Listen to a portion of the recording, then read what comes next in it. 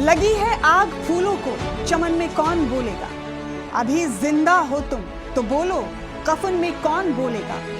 सहाफी की जबान हो या फिर कलम हो एक लिखारी की, ये दोनों चुप रहेंगे तो सुखन में कौन बोलेगा। जुनैद सलीम साहब ने क्या खूब लिखा। आज मैं जिस मौजू को लेकर आपके सामने वो न सिर्फ मेरा फर्ज है बल्कि मेरे मेवात के लिए फिक्र भी है।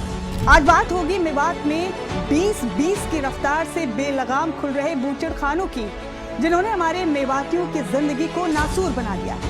और अगर हमने इनके खिलाफ एक होकर आवाज बुलंद नहीं की तो फिर खुदा की कसम हमारी आने वाली नस्लें हमें माफ नहीं करेंगी, क्योंकि उनकी आंख ही इस दुनिया में किसी न किसी बीमारी के साथ खुलेंगी। जरूरत तो इस बात की थी कि हुकूमत मेडिकल कॉलेज के हालात ठीक करती, लेकिन सरकार आप तो मेवाती अवाम को और ज्यादा बीमारियों के जद में धकेलने का काम कर रहे हैं। अब एक जिम्मेदार शहरी और मेवाती होने के नाते मेरे कुछ सवाल हुकूमत से।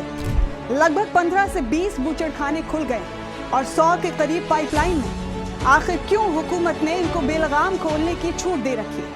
आखिर क्यों उत्तर प्रदेश से इनको भगाया जा रहा है और हरियाणा सरकार इनको यहाँ पनाह दे रही है? क्या सरकार को मेवाती भाइयों की सेहत की कोई परवाह नहीं है? अगर सरकार को हरियाणा में इनको खोलने की इजाजत देनी है तो सिर्फ मेवात में ही क्यों, बाकी हरियाणा में क्यों नहीं? आखिर क्या वजह है कि हमें आंदोलन करने के बावजूद स्कूल कॉलेज तो नहीं मिलते, लेकिन बगैर मांगे सीआरपीएफ कैंप मिल जाते हैं। हमारी नौजवान नस्ल यूनिवर्सिटी के लिए आंदोलन कर रही है और बगैर आंदोलन के हमें बूचड़ खाने मिल रहे हैं। आज मेवात के सियासतदानों से भी कहना चाहती हूँ कि जब ये पूरी मेवात हर चुनाव में एक तरफा झोली भर भर कर आप लोगों को वोट करता है, तो फिर आपका फर्ज नहीं बनता कि आप भी अपने सारे गिले शिकवे भुलाकर मेवात को इस नासूर से बचाने के लिए एक मंच पर आकर इस शदीद परेशानी का हल निकालें।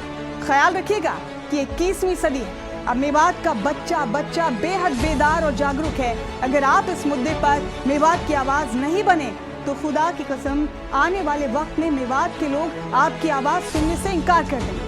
आपको याद होगा भजनलाल की सियासत को कभी जिंदा करने वाला भी मेवात था और दफन करने वाला भी मेवात था।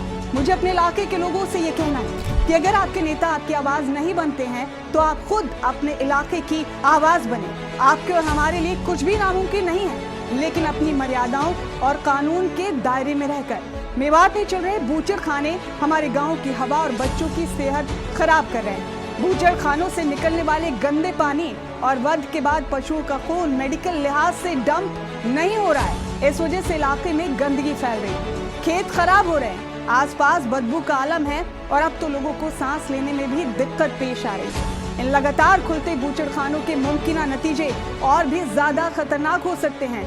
कोई एनओसी नहीं, कोई नियम नहीं, सिर्फ बीमारी और प्रदूषण। इन सारे नुकसानात के दरमियान एक सबसे बड़ा नुकसान ये है कि मेवात के अमन, मोहब्बत और भाईचारे के लिए ये बूचड़ खाने सबसे ज्यादा खतरनाक है, क्योंकि जहां कुछ एंटी सोशल एलिमेंट्स की शय पर गौपालक को ही गौतस्कर बताकर लिंचिंग कर दी जाती है, वहां बूचड़ खाने किसी भी अनहोनी की वजह बन सकते हैं। आज बड़ी शिद्दत से मेरा दिल मिराज फैजाबादी साहब को याद कर रहा है।